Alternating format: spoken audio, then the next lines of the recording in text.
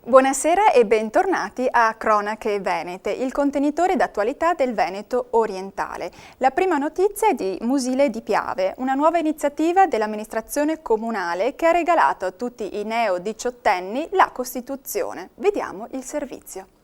Sono 120 i neo-diciottenni del comune di Musile di Piave che riceveranno in regalo una copia della Costituzione italiana. Un'iniziativa dell'amministrazione comunale e del sindaco Gianluca Forcolin, che ha personalmente consegnato le copie della Costituzione nella mano dei ragazzi presenti lunedì 4 novembre presso la sala consiliare del comune.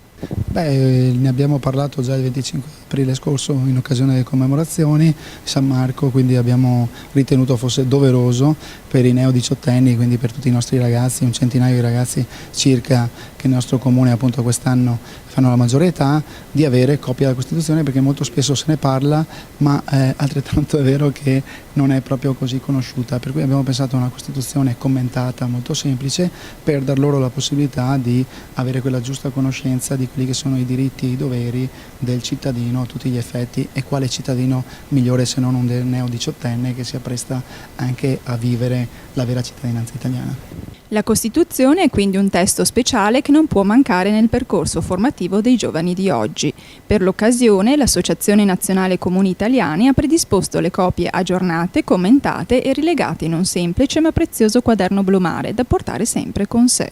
La giornata è commentata, pertanto è anche dal punto di vista legislativo approfondita, che tiene conto, come ho già detto ai ragazzi, di tutta una serie di iniziative anche legislative che sono state messe in campo in tutti questi anni per modificarne la parte soprattutto del titolo quinto, ma che ha trovato grande risposta, e lo dicevamo prima, attraverso i padri costituenti, perché la nostra Costituzione come ossatura, come scheletro importante, è veramente tra le più avanzate al mondo. Pertanto ogni decreto legge, ogni forma nuova di legge trova corrispondenza e trova risposta in una Costituzione che, nonostante l'età, è aggiornatissima, per cui i ragazzi hanno la possibilità veramente di capire e addentrarsi anche un po' su quelle che saranno poi le scelte di vita e quindi le risposte che la Costituzione dà in questo senso. Quindi ho augurato ai ragazzi una buona lettura, perché il testo lo merita veramente. Il regalo è stato ben accolto dai ragazzi che con il compimento della maggiore età sono diventati a tutti gli effetti parte attiva della vita politica del paese.